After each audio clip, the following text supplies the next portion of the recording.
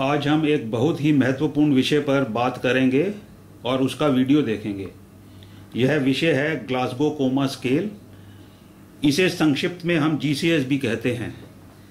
यह scale Glasgow विश्वविद्यालय के दो प्रोफेसर डॉक्टर ग्राहम टीसडेल तथा डॉक्टर ब्रायन जेनेट ने 1974 में पहली बार प्रकाशित किया था। GCS एक सांख्यिकीय यानी न्यूरोलॉजिकल पैमाना है। यह एक व्यक्ति की कॉन्शियसनेस अर्थात उसकी चेतन अवस्था के अभिलेखन का एक बहुत ही ऑब्जेक्टिव अर्थात वास्तुनिष्ठ तरीका प्रदान करता है। यह मरीज की इनिशियल असेसमेंट यानी प्रारंभिक निराधिकरण तथा बाद में सब्सिक्वेंट असेसमेंट यानी परवर्ती निराधिकरण के लिए इस्तेमाल किया जा सकता है। अधिकतर यह स्केल ट्रॉमेटिक ब्रेन इंजरी अर्थात मस्तिष्क तथा दिमाग की चोट की स्थिति की जायजा लेने में बहुत उपयोगी है।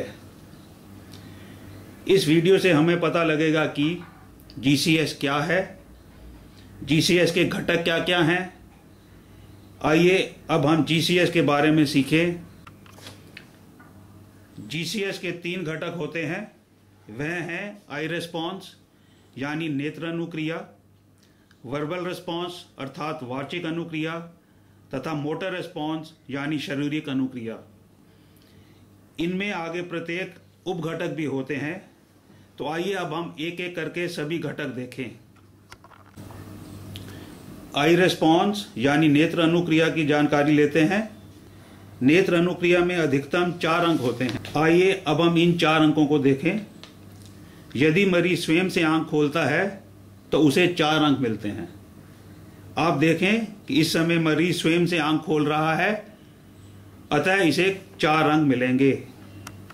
आई रेस्पॉन्स यानी नेत्र अनुक्रिया का अगला उपघटक है आई ओपनिंग टू स्पीच अर्थात आवाज के जवाब में मरीज आंख खोलता है। ऐसा करने से उसे केवल 3 अंक मिलते हैं। अजय, आंखें खोलो। अजय, आंखें खोलो। तो आपने देखा मरीज ने आवाज देने पर अपनी दोनों आंखें खोल दी हैं, अतः इन्हें 3 अंक मिले। आई रेस्पॉन्स यानी नेत्र अनुक्रिया का तीसरा उपघटक है eye opening in response to painful stimulus. इसका मतलब है कि मरीज को किसी भी प्रकार की पीड़ा करने पर वह अपनी आंखें खोल देता है। इस स्थिति में उसे 2 अंक प्राप्त होते हैं। आइए देखें ये कैसे किया जाता है। पहले हम उसे पीड़ा के लिए उसके नेल बेड यानी नाखून की तली पर दबाव अर्थात प्रेशर देते हैं। देखिए कैसे हम प्रेशर दे रहे हैं। जैसे हम प्रेशर दे रहे हैं मरीज अपनी आंख खोल रहा है, अतः इसके 2 अंक मिलेंगे। उसे पीड़ा के लिए हम उसे स्टर्नल रब भी दे सकते हैं। देखिए कैसे हम उसकी छाती की बीच की हड्डी पर जब दबाव दे रहे हैं वह अपनी दोनों आंख खोल रहा है, अतः उसे फिर 2 अंक प्राप्त होते हैं। दर्द के लिए उसे हम सुप्राऑर्बिटल प्रेशर भी दे सकते हैं। देखिए कैसे हम मरीज के आंख की ऊपरी हड्डी पर दबाव दे रहे हैं और यहाँ दर्द करने पर इन्होंने अपने दोनों आंखें खोल दी हैं, अतः इन्हें 2 अंक प्राप्त हुए। पेनफुल स्टिमुलस यानी पीड़ा के लिए इंटरडिजिटल प्रेशर भी दिया जाता है। आइए देखें ये कैसे होता है। ये देखिए हमने मरीज के हाथ उठाया और 2 उंगलियों के बीच में एक पेन या पेंसिल रखा और अब हमने प्रेशर दिया। प्रेशर देने पर जब उन्हें दर्द महसूस होता है, आप देखिए मरीज ने अपनी आंख खोली। एक बार दोबारा देखिए, हम मरीज को प्रेशर देकर दर्द दे रहे हैं और मरीज अपनी आंख स्वयं से खोल रहा है। इस पर मरीज को मिलते हैं 2 अंक। हमें यह सावधानी करनी है कि अनुक्रिया प्राप्ति के लिए पीड़ा कम से कम होनी चाहिए। आई रेस्पॉन्स यानी नेत्र अनुक्रिया का चौथा और अंतिम घटक है नो आई ओपनिंग, अर्थात मरीज कुछ भी करने पर आंख नहीं खोलता। इस स्थिति में उसे सबसे कम यानी केवल एक ही अंक प्राप्त होता है। यह देखिए, हमारे सभी प्रयास के बावजूद इसने अपनी आंख नहीं खोली, अतः इन्हें न्यूनतम अंक केवल 1 अंक प्राप्त हुआ। अब हम जीसीएस के दूसरे घटक के बारे में सीखेंगे। यह है वर्बल रिस्पॉन्स, अर्थात वाचिक अनुक्रिया, जिसमें अधिकतम अंक होते हैं 5। आइए देखें ये कैसे करते हैं। इसमें सबसे पहला उपघटक है जब मरीज ओरिएंटेड होता है। इसका मतलब है कि वह प्रश्न का उपयुक्त जवाब देखता है। यह देखिए, क्या नाम है आपका? अजय। क्या नाम है? अजय। आप इस समय कहाँ पर हैं? हॉस्पिटल में। कहाँ पर हैं? हॉस्पिटल में। इस समय क्या टाइम हुआ होगा? दोपहर के 3-4 बज रहे होंगे। तो आपने देखा कि इस मरीज ने सभी प्रश्नों का बिल्कुल सही उत्तर दिया। वह बिल्कुल ओरिएंटेड है, जिसके लिए उसे मिलते हैं सबसे अधिक अंक यानी 5 अंक। आइए अब हम वर्बल रिस्पॉन्स अर्थात वाचिक अनुक्रिया का अगला उपघटक देखें। इसमें मरीज कंफ्यूज होता है। इसका मतलब है कि वह अपने प्रश्नों का अस्पष्ट उत्तर देता है। आइए देखें ये कैसे होता है। क्या नाम है आपका? अजय। क्या नाम है? अजय। इस समय आप कहां पर हैं? हॉस्पिटल। होटल में। कहां पर हैं? होटल में। आप कहां रहते हैं? कहां है आपका घर? पता नहीं। कहां है घर? पता नहीं। तो आपने देखा कि मरीज जो बोला उन शब्दों का मतलब तो था, परंतु उत्तर सही नहीं था। इसका मतलब है कि वह अस्पष्ट बोल रहा है, कंफ्यूज्ड है। इस पर उसे मिलेंगे 4 अंक। आइए अब वर्बल रिस्पॉन्स अर्थात वाचिक अनुक्रिया का अगला उपघटक देखें। इस उपघटक में मरीज को 3 अंक मिलते हैं। इसमें हम जब मरीज से प्रश्न करते हैं तो वह उसका अनुपयुक्त उत्तर देता है। अंग्रेजी में इसे कहते हैं इनएप्रोप्रिएट स्पीच। यह देखिए कैसे होता है। अपना नाम बताओ। है ना? क्या नाम है आपका? क्या? कहाँ रहते हैं आप? भाग गया वो। कहाँ रहते हो? पता नहीं। तो आपने देखा कि इसने अनुपयुक्त उत्तर दिए। इस पर इसको मिलेंगे केवल 3 अंक। आइए वर्बल रिस्पॉन्स अर्थात वाचिक अनुक्रिया का हम अगला उपघटक देखें। इसको हम कहते हैं इनकॉम्प्रिहेंसिबल स्पीच, जिसमें मरीज बोलता तो है परंतु उसकी बात हमें समझ में नहीं आती, उसकी भाषा हमें समझ में नहीं आती, और इस पर उसे मिलते हैं केवल 2 अंक। यह देखिए, आंख खोलो। आंख खोलो। नाम बताओ। नाम बोलिए अपना। तो आपने देखा कि वह कुछ आवाज तो करता है, हल्के से कराहता भी है, परंतु वह बात हमें समझ में नहीं आ रही, और इस पर मिले हैं उनको 2 अंक।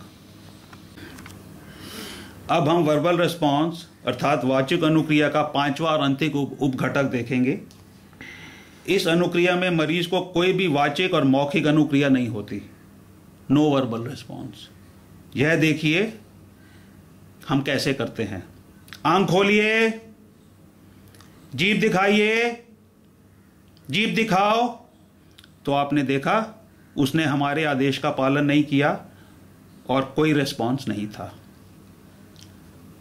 आंख खोलिए, आंख खोलिए, जीभ दिखाइए।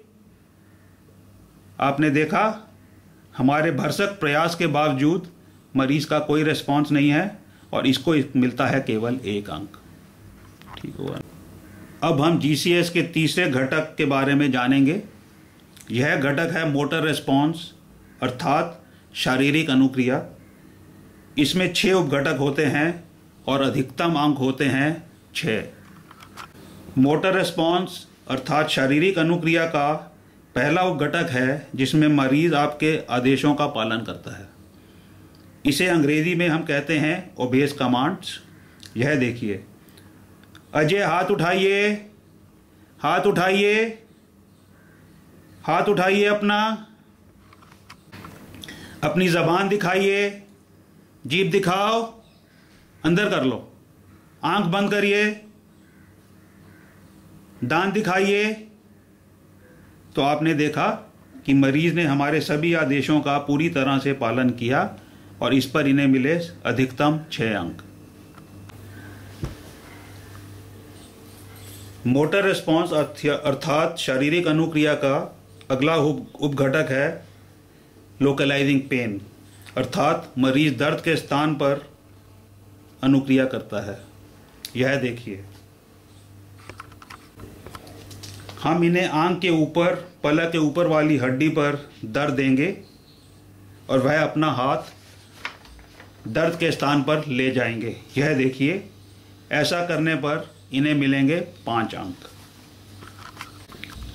मोटर रिस्पॉन्स अर्थात शारीरिक अनुक्रिया का अगला उपघटक है जिसमें मरीज अपना दर्द वाला अंग हटा लेता है। इसे हम अंग्रेजी में कहते हैं विड्रॉज टू पेन।